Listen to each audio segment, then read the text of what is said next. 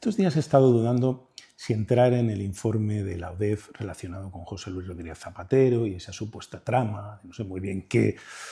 He estado dudando y finalmente me he decidido a comentaros un asunto concreto que se relata en ese informe porque me atañe o atañe al Ministerio de Transportes directamente, a Adif. Y bueno, pues desde mi punto de vista es bastante revelador de lo que se está haciendo, qué es lo que se está trasladando a la opinión pública en relación, al menos con este asunto concreto. Os leo. El otro día un medio digital publica: una agenda implica a la red de Zapatero en un contrato público de Huawei adjudicado por Óscar Puente. La UDEF intervino a Julio Martínez Martínez una libreta en la que había anotaciones sobre una licitación del Ministerio de Transportes para comprar material de Huawei, la compañía china vinculada a Zapatero y sus hijas. Bueno, vamos a ver qué es lo que dice la libreta esa que la noticia vincula a José Luis Rodríguez Zapatero, al Ministerio de Transportes y a un contrato con Huawei.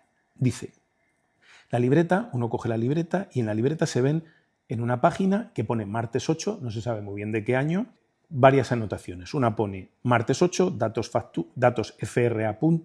Huawei 100 fin de mes y 400 contratos. Vale. Con esto, la UDEF busca y encuentra que en un boletín oficial del Estado, en concreto de diciembre del año pasado, hay una licitación de piezas de recambio de la red ferroviaria española, de la red digital, por importe de 200.000 euros al año, que sumado son 400.000 euros. Ahí está la relación. La libreta y el contrato de 400.000 euros en 2 años licitado por Adif. Y a partir de ahí, bueno, pues el artículo, y no sé muy bien si el informe, dice: de esta forma, las anotaciones de Julio Martínez apuntalan los indicios de que la trama de blanqueo de capitales y tráfico de influencias utilizó sus contactos con el gobierno de Pedro Sánchez y otras administraciones extranjeras para tratar de beneficiar a empresas de su entorno como el gigante tecnológico chino Huawei. Como ha publicado este diario en los últimos años, Huawei habría recurrido a Zapatero para tratar de salvar el veto que le impusieron la Unión Europea y Estados Unidos por sus conexiones con los servicios de inteligencia de Pekín. El expresidente del gobierno habría conseguido que el ejecutivo de Pedro Sánchez obviara esas prohibiciones y continuara adjudicando contratos públicos a Huawei. ¡Qué fumada! ¡Qué fumada! Bueno, vamos a explicar este contrato, ¿no? Para que se entienda, para que se vea un poco cuál es la verdad detrás de esta patraña, ¿no? Lo primero, el contrato es un contrato de suministro de piezas de recambio de equipos ya existentes en la red ferroviaria española.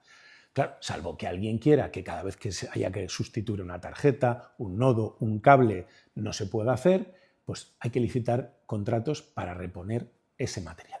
En la red española hay tecnología de múltiples proveedores. Hay Intel, hay IBM, hay Dell, en fin, hay Hitachi, hay multitud de sistemas en los territorios, etc. La mayor parte de ellos no son elegidos por Adif.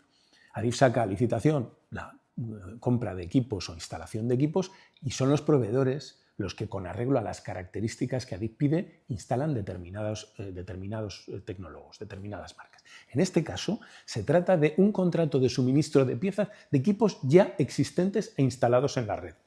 Lo dice el propio informe de la UDEF. No sé cómo a partir de ahí puede establecer ninguna conexión que sea útil para la investigación. Me parece absolutamente increíble, ¿no? Pero es que, acto seguido, conviene decir que el contrato ni siquiera es con Huawei. El contrato es con un industrial español que es el que suministra las piezas a demanda. Es decir, no es un contrato en el que compremos piezas por importe de 200.000 euros por 2 años. Es un contrato en el que compramos piezas hasta un máximo de ese informe. Las que se demanden, las que sean necesarias porque haya que reponerlas, porque se hayan estropeado, por obsolescencia, etc. Segundo, el contrato es un contrato a precio. Es decir, no se adjudica con ningún criterio discrecional o con ningún criterio técnico. Es exclusivamente al que haga la oferta económica más ventajosa. En este caso concurrieron 3 empresas y se le dio a una empresa que ofrecía una baja del 40% sobre el precio de licitación. Tercero, el contrato se ha firmado en abril de este año, estamos a casi junio y todavía no se ha ejecutado, no se ha certificado un céntimo de euro. ¿Por qué? porque todavía no ha sido necesario recabar ninguna pieza. Por tanto, cuando acabe el contrato, habrá que ver cuántas piezas se han comprado en función de cuántas ha sido necesaria sustituir. Por tanto, vincular este contrato con ninguna trama es una cosa tan absurda y tan ridícula que no sé cómo puede un informe policial incluirlo en sus especulaciones, en fin. Claro, hay otros medios que ya rizan el rizo, lo he visto hoy en la portada de ABC, lo vi el otro día en The Objective, digo The Objective, lo pronuncio con cuidado porque a veces me patina la lengua y como se parece mucho digo de ojete, ¿no? Que ponen el acento en que el contrato o la licitación se publicó en el Boletín Oficial del Estado de Nochebuena. Claro, como otras 21 de este ministerio. Claro, quien piense o trate de inducir en la creencia de que ese contrato se publica en Nochebuena para que menos puedan conocerlo, menos puedan verlo, decirles que es uno de los boletines oficiales más vistos de todo el año, porque contiene algunas disposiciones generales muy importantes y contiene infinidad de resoluciones. También porque es casi fin de año y muchas cosas se acaban publicando en ese boletín. En todas las administraciones, no solo en la administración central. Por lo tanto, es un argumento absolutamente ridículo. Y por otro lado, si lo que se pretende es dar a entender que es que se publica en Nochebuena para que haya menos empresas que se enteren y haya menos licitadores, como si el contrato fuera dirigido a Huawei, que como ya hemos visto no es con Huawei con quien se contrata, sino con suministradores de piezas que tienen que suministrar piezas compatibles con los equipos que ya tenemos instalados de Huawei, es ridículo porque las empresas tienen sus sistemas de alarma y de alerta sobre las licitaciones que hace el Estado, las administraciones. Por tanto, decir esto es desconocer por completo cuál es la dinámica de los procesos de licitación. Claro, me resulta inevitable pensar que si todo lo que hay en el informe es así, pues es que yo no me creo nada. ¿Qué queréis que os diga? Si en lo que a mí se refiere veo esta absoluta falta de rigor, esta cosa tan chusca de pone 400, vamos a ver que en el... ¡Ay, pues hay un contrato de 400.000! Pero hombre, si es un contrato de piezas de recambio de una cuantía absolutamente ridícula, porque insisto, ese es el importe máximo. Por cierto, el importe de adjudicación fue por un 40% menos en un periodo de 2 años y es un contrato de suministro de recambios, de consumibles, de cables. Lo viene hasta en el presupuesto de contratación, vienen relatadas las piezas que tienen los equipos y que puede ser necesario en un momento determinado sustituir si se averían, etcétera, etcétera. Entonces, sacar de aquí alguna conclusión útil para la investigación que no sea otra cosa que embarrar todo, a mí no se me ocurre. No se me ocurre, lo siento. Entonces yo os lo quería explicarlo. Yo creo que es bueno dar explicaciones, es bueno. Y creo que es muy mala la situación que vive este país en muchos aspectos, pero desde luego desde la óptica de la información. La libertad de expresión no está en riesgo en este país. Lo que está en riesgo es el derecho de los ciudadanos a obtener una información veraz, una información auténtica, rigurosa. Porque lo que vemos es invenciones, exageraciones, tergiversaciones, en el mejor de los casos, sensacionalismo. Rigor en la información ninguno. ¿Por qué no hay rigor en la información? ¿Por qué se cuentan cosas que simplemente con escarbar un poquito ya se ve que son falsas? Porque no hay un interés en que el ciudadano esté informado. Lo que hay es un interés por derribar a un gobierno. Y para derribar al gobierno vale absolutamente todo. Pensad, esto podía haber venido precedido de una llamada del periodista a Adif para preguntarle por este contrato. La UDEF no lo ha hecho. El medio tampoco. Segundo, Adif hizo pública, el Ministerio de Transportes hizo pública una rectificación, hizo pública un desmentido de este artículo. No lo habréis visto publicado. Porque no interesa, porque la verdad no interesa. Y entonces, ¿a qué conclusión llegamos? A la conclusión de que te toca salir para explicar las cosas porque ni siquiera los medios recogen los desmentidos que tú les mandas y te toca establecer una relación directa con la ciudadanía, que no tendría por qué ser así, porque yo no soy un medio de comunicación. Hay algunos que quieren que deje Twitter. O sea, yo he conseguido tener una herramienta que tiene más de 300.000 seguidores para, entre otras cosas, poder hacer esto, para no tener que depender de esto, y no lo voy a dejar.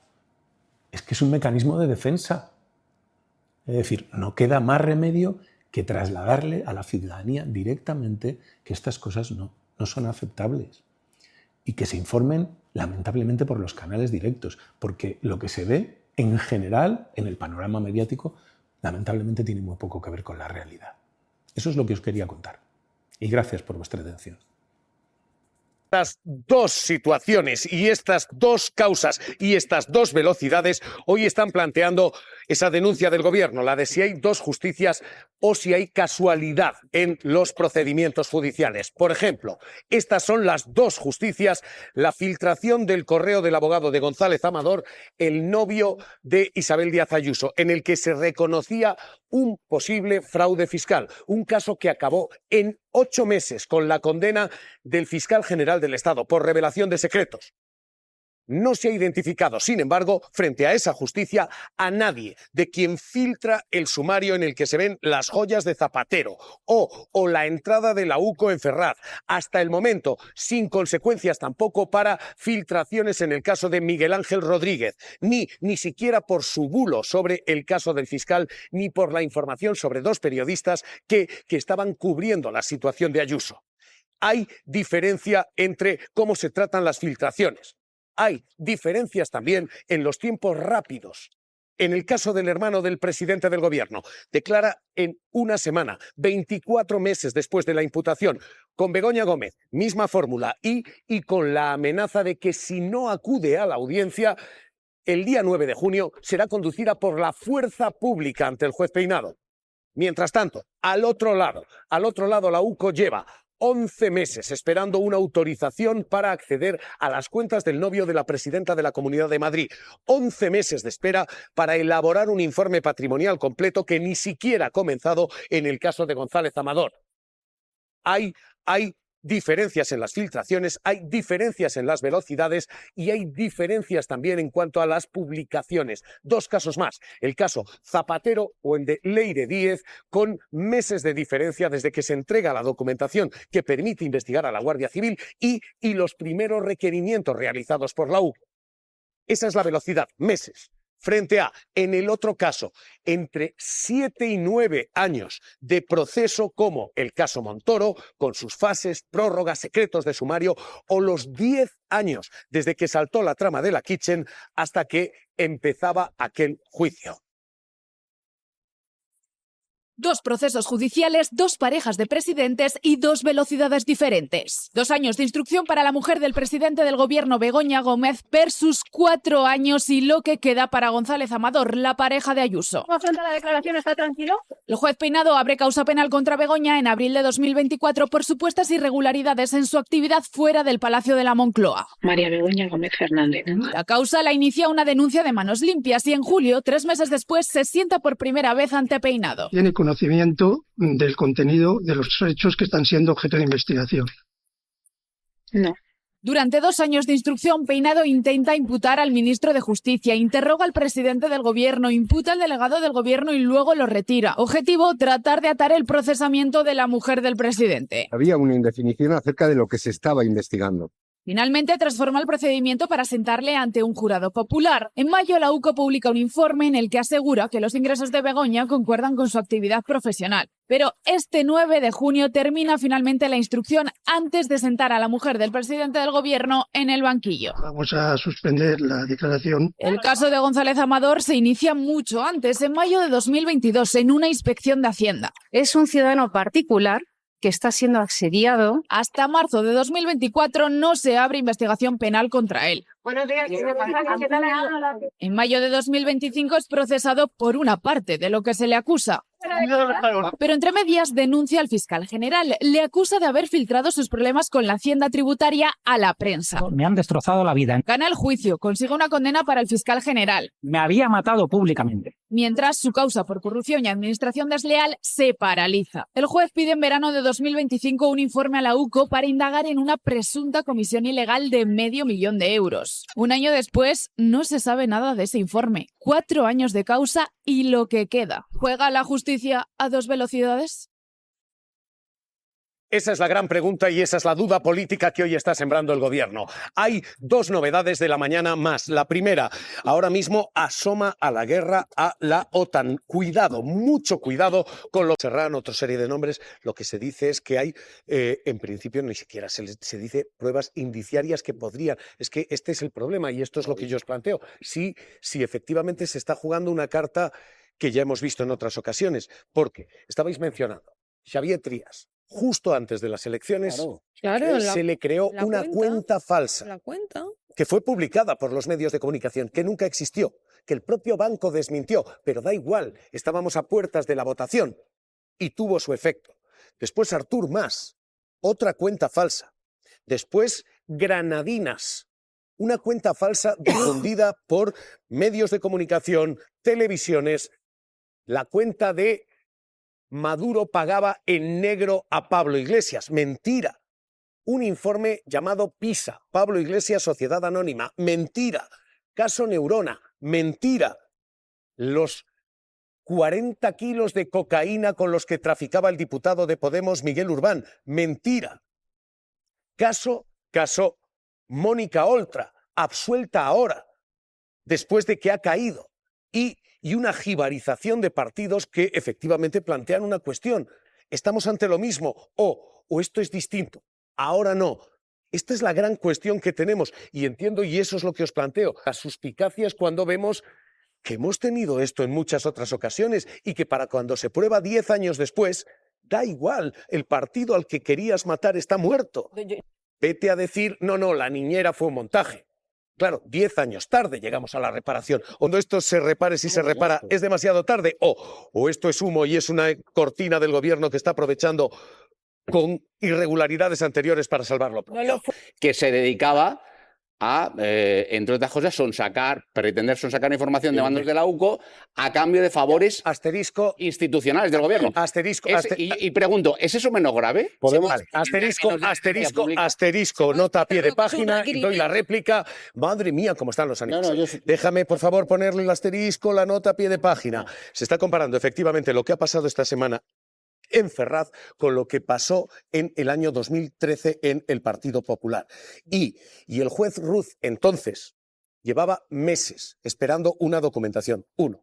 2. Remite ese día lo que se remite en esta ocasión, un requerimiento de información. Y el Partido Popular no la entrega. Y acaba el día. Y a las 9 de la noche, y ante la negativa a entregarlo, ese requerimiento se transforma y se convierte en un registro. Claro. Aquí esto no ha ocurrido. Aquí hay un requerimiento y se entrega, con una segunda diferencia. Colaboración. En aquel momento esto se hace después de meses de investigación y ya en fase. La prensa interna. Ahora estamos todavía en instrucción. Y